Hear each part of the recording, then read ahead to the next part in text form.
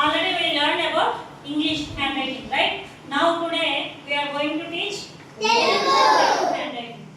See, Telugu అన్నప్పుడు ఏం రాస్తాము అంటే మనం గుండ్రంగా రాయాలి. ఎలా రాయాలి అక్షరాలు? గుండ్రంగా రాయాలి. అయితే అక్షరాలను రాసేటప్పుడు పైన కింద రెండు లైన్లు కూడా టచ్ చేసి రాయాలి. ఫర్ ఎగ్జాంపుల్ చూడండి, ఇక్కడ ఇదేంటిది?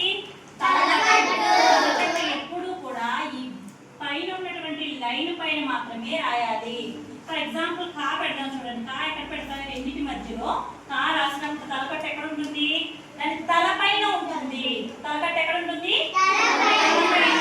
కాకి తలకట్టిస్తే కాకి తలకట్టిస్తే ఇప్పుడు కాకి కా అనేది కామనే, కానీ మనం ఏం మారుస్తున్నాం? వాటి యొక్క పొజిషన్స్ మారుస్తున్నాం. అప్పుడు దాని యొక్క పలికే విధానం అనేది మారుతుంది. కాకి ఇదేంటిది? దీర్ఘం. కాకి దీర్ఘం ఇస్తే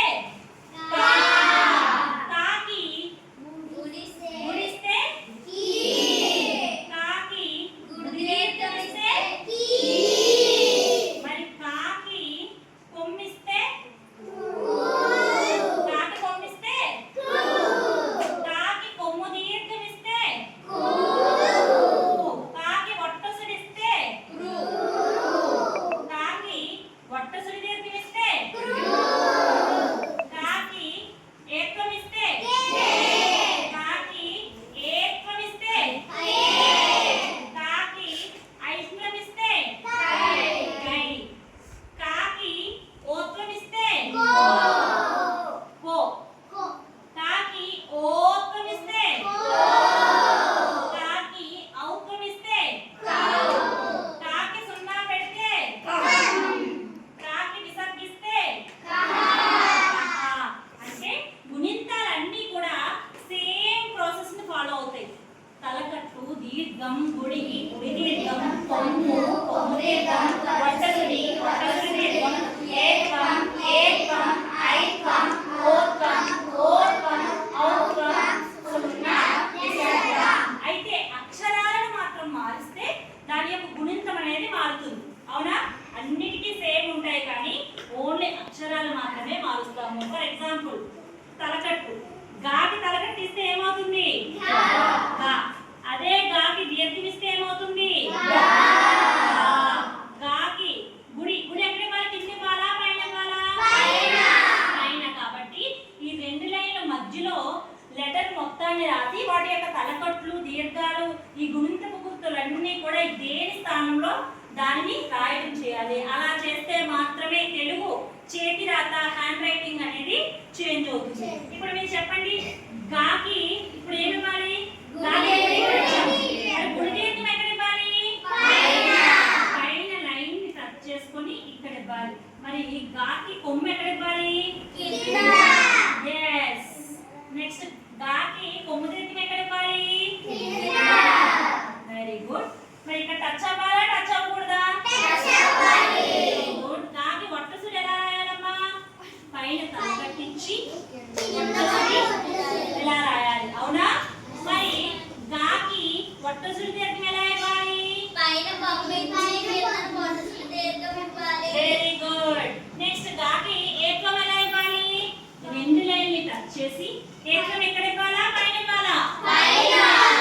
పైన ఇవ్వాలి. నెక్స్ట్ మరి గాకి ఏకం ఎక్కడ ఇవ్వాలి?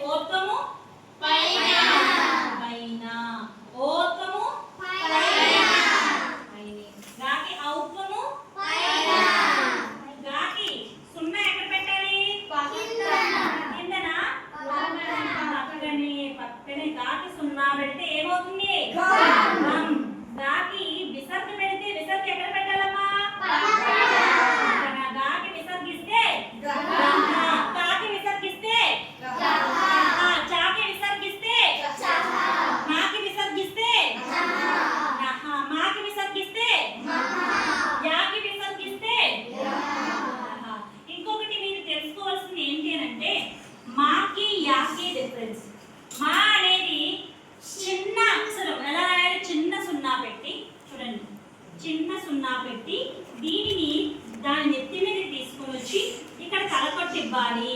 ఇది మా. ఓకేనా? యా అంటే ఏంటి మరి? యా అంటే సున్నా పెద్దదిగా రాయాలి. పెద్ద సున్నా పెట్టి పక్కన ఇక్కడ టిక్ మార్క్ రావాలి. ఇక్కడ టిక్ మార్క్ రావాలి. కానీ ఈ టిక్ మార్క్ దీని పైన రాకూడదు. ఓకేనా? దీని టిక్ మార్క్ మాత్రం పైన రాకూడదు. ఇలా పైకి వచ్చిందంటే ఇది మా అయిపోతుంది. ఇలా పెద్దగా ఉంది పక్కనే వచ్చింది టిక్ మార్క్ అంటే ఇది యా అవుతుంది. ఏమవుతుందమ్మా? యా అవుతుంది. అలాగే పాకి వాకి డిఫరెన్స్ చూడండి. పా అన్నప్పుడు ఇలా రాయాలి. పా, అవునా? తలకట్టుకి అలాగే పా అక్షరానికి మధ్యలో గ్యాప్ అనేది ఉండాలి. ఒకవేళ గ్యాప్ లేదు అంటే అది ఏమవుతుంది? ఏమవుతుందమ్మా? ఈ అక్షరాలకు ఉన్నటువంటి తారతమ్యము అనగా భేదము, ఆ డిఫరెన్స్ అనేది మీకు తెలిస్తే మాత్రమే పదాలను మీరు ఇండివిజువల్ గా మీరు రాయగలుగుతారు. కాబట్టి మీ హ్యాండ్ రైటింగ్ ఇంప్రూవ్ అవ్వాలంటే తెలుగుని ఎలా రాయాలో నేర్చుకోవాలి. నేను ఎలా అయితే చెప్తున్నానో అలాగే మీరు ఈ రోజు నుంచి తెలుగు మొత్తం రాయాలి. అర్థమైందా? Very good.